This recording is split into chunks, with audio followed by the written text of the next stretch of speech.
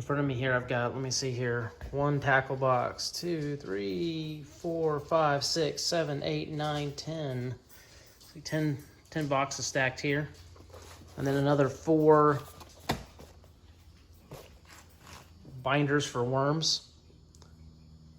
I pared that down basically into this bag here, and then another bag just for soft plastic. So I'm going to walk you through kind of the process and the philosophy. I see a lot of people sort of showing videos of their setup or all the various tackle that they have, but they really don't talk about kind of how it's organized or how to pare it down. So that's what I'm going to get into today, and hopefully you find some tips that are handy.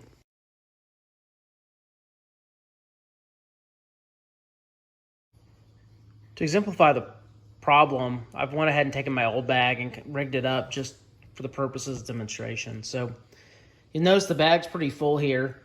This is even all my tackle. This is just a subset of it that at one point I had to get crammed in there. So let's kind of look at the problem, or at least what I perceive the problem was. So first of all, I got this worm bag here that I would chock full of worm baits.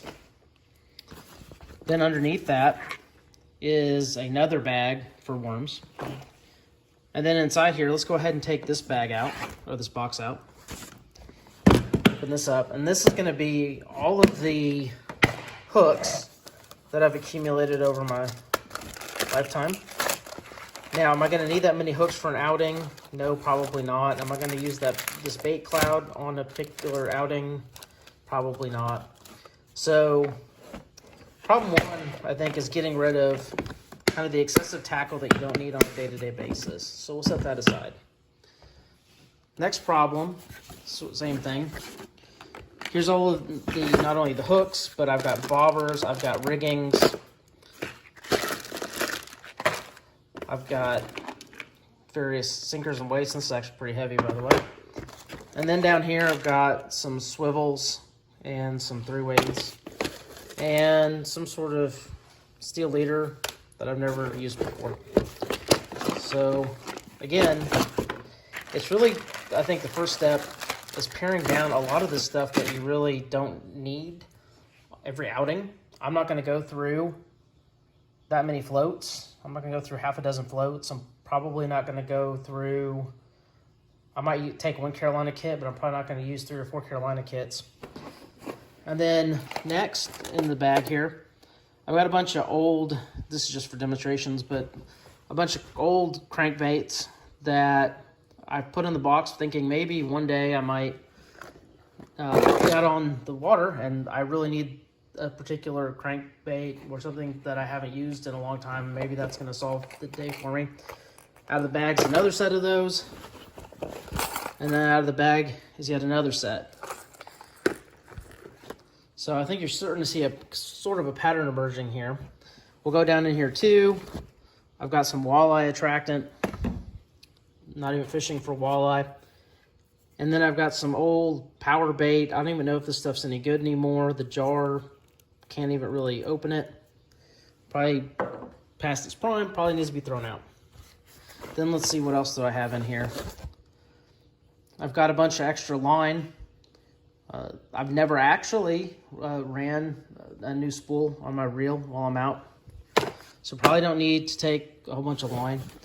And probably don't need to take an extra reel. I think my concern was, oh, well, if I damage a reel or something, I can throw this one on. But I take multiple rods out with me, so that kind of takes care of that.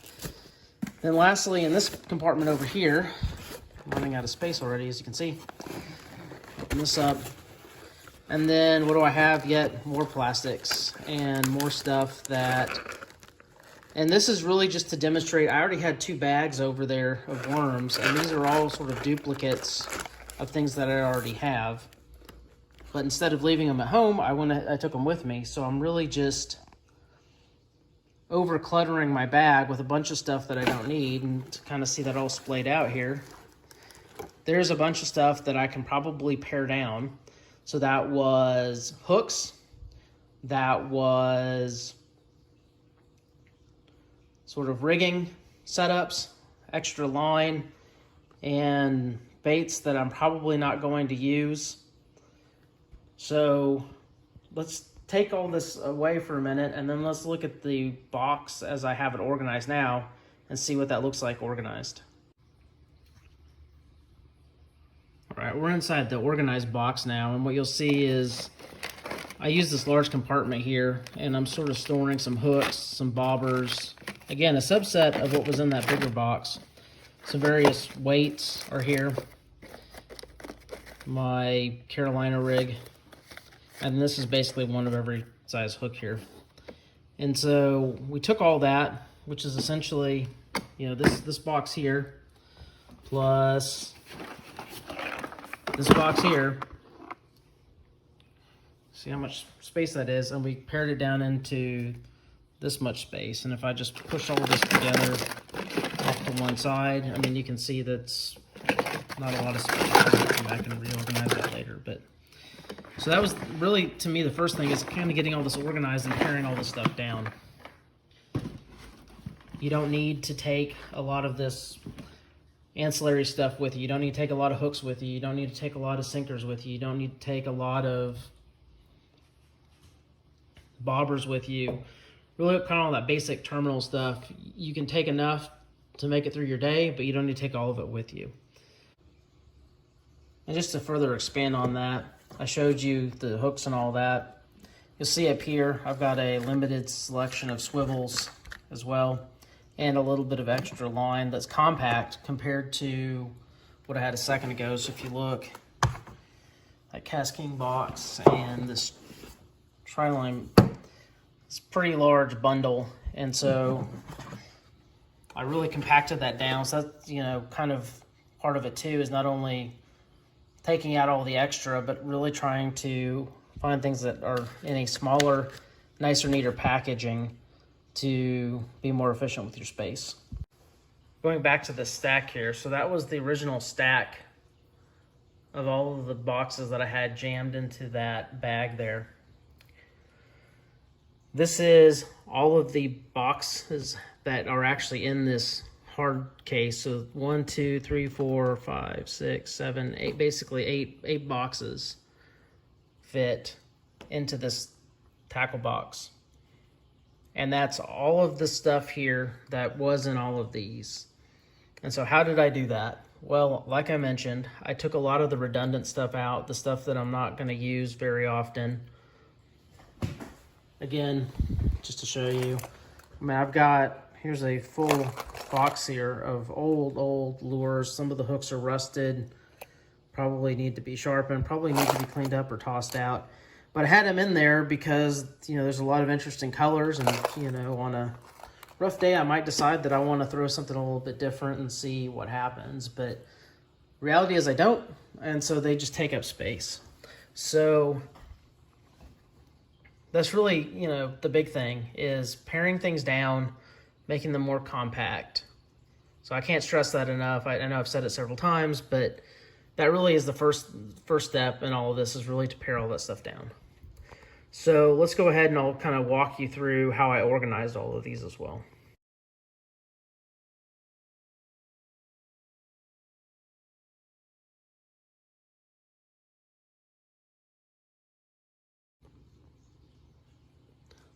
So the first thing that I did really was I got different baits out into, for lack of a better word, piles.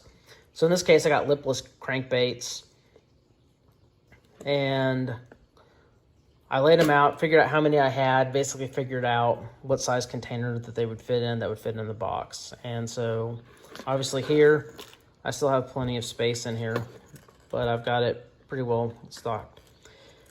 So one of the things that I think you kind of have to get over too in terms of organization, and this might be another tip as well, is not to overly use the dividers. When you use the dividers, so if I want to get these, let's see if I can do this without getting myself stuck. If I want to get these guys nicely and neatly in here, you're going to see basically I can put one divider in here, and that's going to hold 2 baits. Down here, it looks like I have 3 baits. And again, there's no way if I divided this, I could get more than 1 or 2 baits in there. So what I try to do is kind of organize them in a way that I can kind of get at them They're not too overly crowded, but I'm not trying to make it overly pretty, overly organized. And you saw it earlier, I labeled these as well. So that's another thing, is you don't want to get yourself in the habit of not knowing where things go. I had that problem for a while with my jigs. I put them in one place, I thought I was out of jigs, I bought more jigs, and so the problem just kind of compounds itself. I didn't label the spinner box, but that's pretty self-explanatory. This one's made by Plano. I just sort of like this one. It seems to, it's a little bulky, but spinner baits are bulky. But it seems to hold everything in here nicely and neatly. The other thing that I didn't really mention, and we can kind of talk about it a little bit as we go through these boxes. At one point, I had my boxes all color-coded, and I decided not to color-code things anymore. I decided to go ahead and put them together just by style. If you have a whole lot, maybe that might make sense if you're swapping your gear out seasonally. But I just like the idea, like here in this poppers box, I can go look, and here's all my poppers. I can look here quickly, and I've even got a little bit of space to grow on this. See the various poppers that I have. Flip it over, look real quick, and just see if there's one that strikes my fancy. Again, I try to kind of keep these somewhat kind of color coordinated and shaded. This box is probably not a great example of that, but at least they're all there, and then that way I'm not having to go dig through my red box and my blue box and all this other stuff and flipping around. I just know that all of my stuff's going to be in that box. Same with the frogs. You know, I was able to get all these frogs. I actually lost one the other day to a tree, but the frogs are all nicely neatly in there with no dividers. The jerk baits, for one, they were taking up a lot of space, and you can see here I've kind of got some crowding, and because there's only 4 rows, I don't have great color separation, but again, they're all there. They're all easy to see, easy to grab, so I can get to them, I can organize them. The jigs, same thing. And I guess I'm kind of giving you, too, as I'm showing you this, my organization. I'll go back through these again in terms of how I organize these. This busy box here is the mostly square bill crankbaits. Sometimes instead of creating a new box for something, if I was kind of on the fence as to what it is or what it should be, I just kind of put it in there. I even didn't really pay a lot of attention to size, but we can also talk about that. It's another topic. And then this one I just had is... this may be kind of your bonus box, utility box, what I call it, the craw creature box, because I've got a rat, a duck, a bunch of things that look like crawfish or craw colored. So I just felt like this box really for me was kind of my variety box. So to go back over it again, and that's how I had these organized. Crankbaits, or square bill crankbaits. Then I had my lipless crankbaits, my kind of bonus box, jerk baits,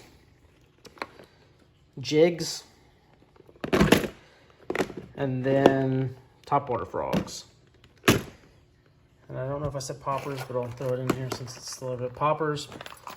And last but not least, spinner baits. So that is it. That's all that essentially pared down into that. You'll notice I didn't talk about soft plastics. I will talk about those here shortly.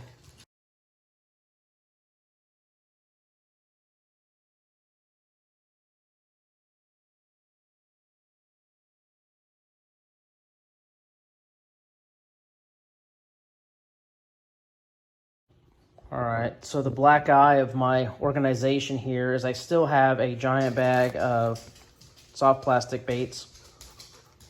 I'm still in the process of trying to pare this down. I don't have a good system for that yet. What I did was what I mentioned earlier. I pulled out a lot of the duplicates or things that I had that were similar or I didn't feel like I was going to use, and I set those aside. And then At some point, I'll come up with a better system for it, but at least in this case, all the soft plastics are here. They're all together, and that helps a little bit, but obviously it's not the ideal solution. When I was talking about the bait, I'll grab it real quick. These like bait bags. The problem is you can fill these things up pretty quick. And I'm not even sure, I mean, this KVD is pretty big and it's got some dividers in it, but the packaging, like for these 10,000 fish that come from Catchco, are pretty bulky. Same with their Biospawn stuff. So I'm gonna have to put 6 baits in there, and I've already half filled this thing up. And then here, let's grab our Strike King, throw that in there, and this is about filled up. And I haven't even gone, I mean, I've not really made a dent in this bag. There's just so much other bait in here. So if anybody has a comment or a solution for soft plastics, let me know. But I mean, these are not, none of these are duplicates. They're different colors, different, maybe a little bit different styles. Not, you know, 20 packs of the same thing. So again, leave it in the comments if you got a solution for that. But overall, that was kind of the tackle box organization that I'm using right now. If you have better recommendations for that, let me know as well. Thanks for watching. So I put everything back in the box, but one of the things I also wanted to talk about that I've started doing as well is I don't commit things to spaces in these boxes until I'm sure about them. So you'll notice that there's a couple different baits here. I've got space and storage here. And obviously I haven't used these yet, or for whatever reason, I'm trying to decide if I want to make them a part of my box. These here as well. So there's a lot of, you can see a lot of little setups here. So I would also make that a tip as well. Don't make space in your boxes for these things unless you're sure that they're going to be part of your everyday repertoire. Another piece of advice I would give you is make some breakout bags or specific purpose bags. This one, for example, is my pond fishing stuff. So it has the things that I would need to fish my pond that are not in this big bag here.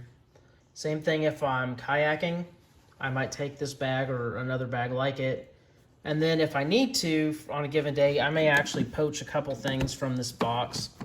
So, for example, I might decide it's a good day for some lipless cranks or some jigs, and I can grab those, or I could grab the topwater frog, set out of here, and run off with that. Another reason to keep everything together is for that reason. I don't have to go look and say, oh, I need this color lipless crankbait, or I need this color jig, or I need this, that, and the other, and then I'm digging and rummaging all through my box to get all the pieces that I need. I can just grab the box that I need, and again, because I'm not heavily using the dividers in there, because I've pared down some of the old stuff I don't need, I'm able to actually pare this down and make it's a little bit more manageable proposition to grab that stuff and run off with it.